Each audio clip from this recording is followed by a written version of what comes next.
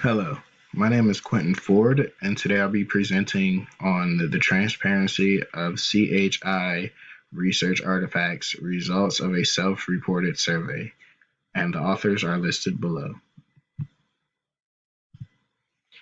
Before I get into it, I'm going to provide some context with the abstract.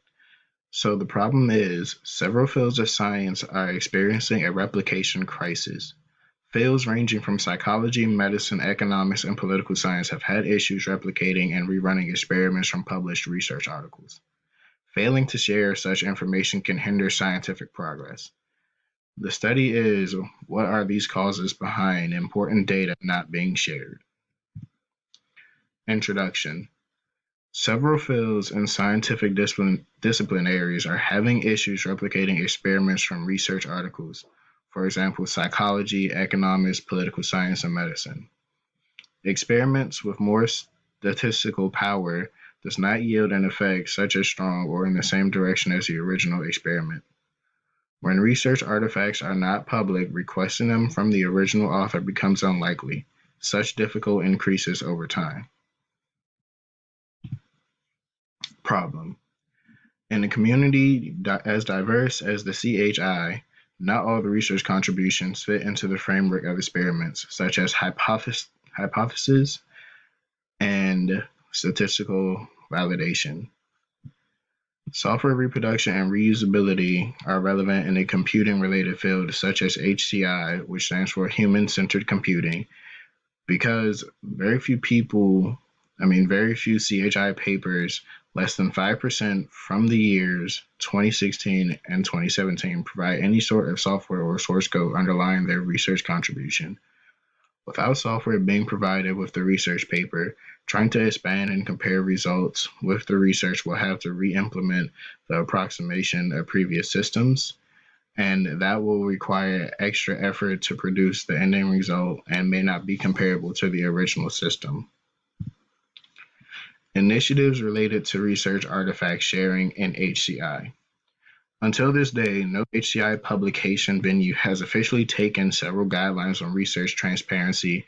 For instance, the Transparency and Openness Promotion top guidelines built, but they have been talked about for an extensive amount of time in recent years. The Replik CHI series of panels, SIGs, had workshops that were conducted at a CHI convention during 2012 and 2014 that was focused on questions of replication. In a special interest group SIG, a meeting was conducted at CHI, and two of the authors led a discussion panel on the guidelines for top match the current practices at CHI. Another SIG meeting was held at CHI 2018 that focused transparent statistics. Following some of the related workshops in recent years, two other authors analyzed some papers for the CHI 2016 to 2017 year. Following that meeting, they found out less than 5% provided any kind of publicly available source code.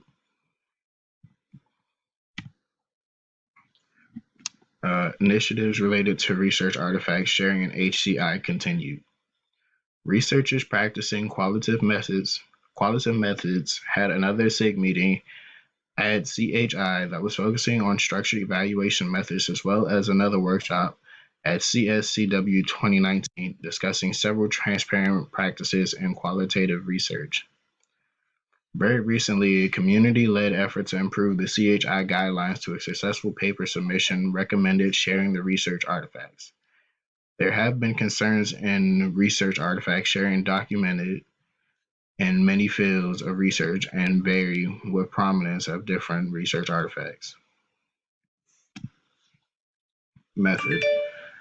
To get a better understanding of research artifacts sharing in HCL, two online surveys were conducted on the first authors of some of the papers from the CHI 2018 through 2019 convention.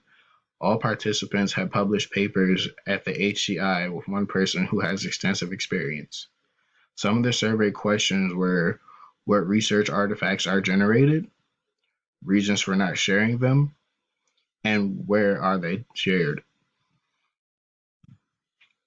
Methods continued. So this graphic basically explains the subcommittees and their type of contribution. So you got user experience and usability, which is contributed by the first two, and later on the second to last one, literature surveys. And it just has different subcommittees. You got specific application areas, learning, education, and families, interaction beyond the individual, games and play, privacy, security, and visual relations. And each one of them have a different contribution type, if not the same one. Taxonomy of research artifacts in HCI. So this was basically part of the questionnaire that was given out in a study. As you can see, it says they study materials.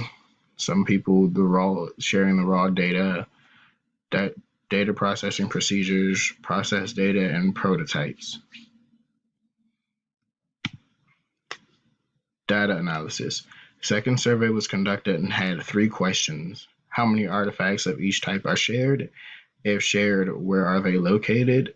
If not, what are the reasons? This is a response rate between the years of 2018 and 2019, and these are actually the level of respondents' degrees, such as a bachelor's, a master's, a PhD.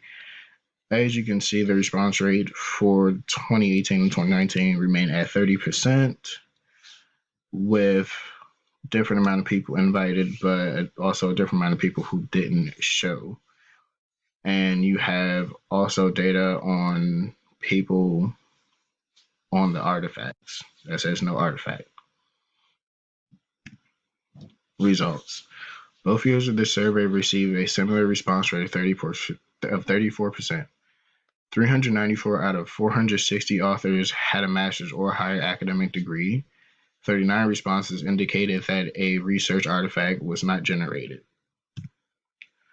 Overall sharing. This again is also another chart that shows the overall sharing between the years of 2018 and 2019. You see in the green that's shared and the white that's not shared. And it also has a confidence interval on the right of the research artifacts reported. And as you can see, for the first part, you have study materials, raw data non-selective, qualitative procedure, quantitative procedure, qualitative output data, quantitative output data, software, and hardware.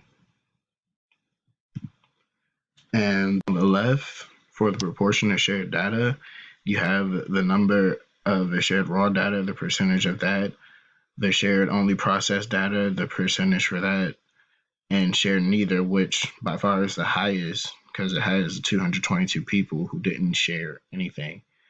And on the right is their confidence intervals.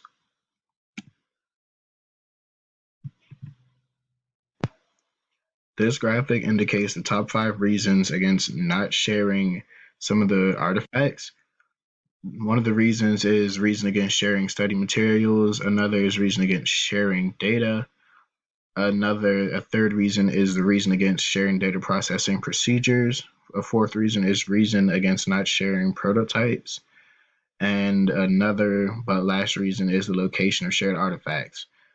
There is another thing down there that says materials that are also shared only. Next are the limitations. The study is limited by the self-selection bias.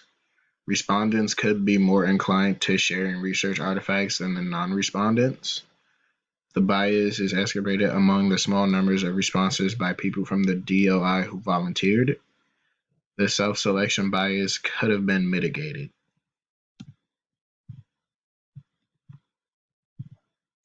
Barriers and problems in sharing. Barrier problems were ran into throughout the study. There were a desire to protect potentially personally identifiable data. There were lacking participants' permission. lack of resources, motivation, and recognition of the benefit from sharing, believing that the artifact does not make any sense outside its original context, there being a misunderstanding about the reliable method to share. Next, these are some of the 11 recommendations. Stay informed, plan early, pre-register, storing and sharing study material, collecting data, storing data, sharing data, sharing data processing procedures, sharing software or hardware prototypes, selecting the location to share. If sharing is not possible, justify and describe the reason. Conclusion.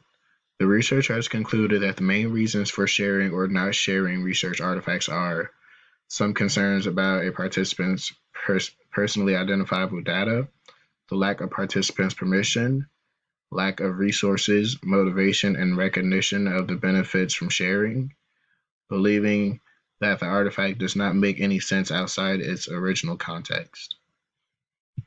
Here are some of the references. Questions?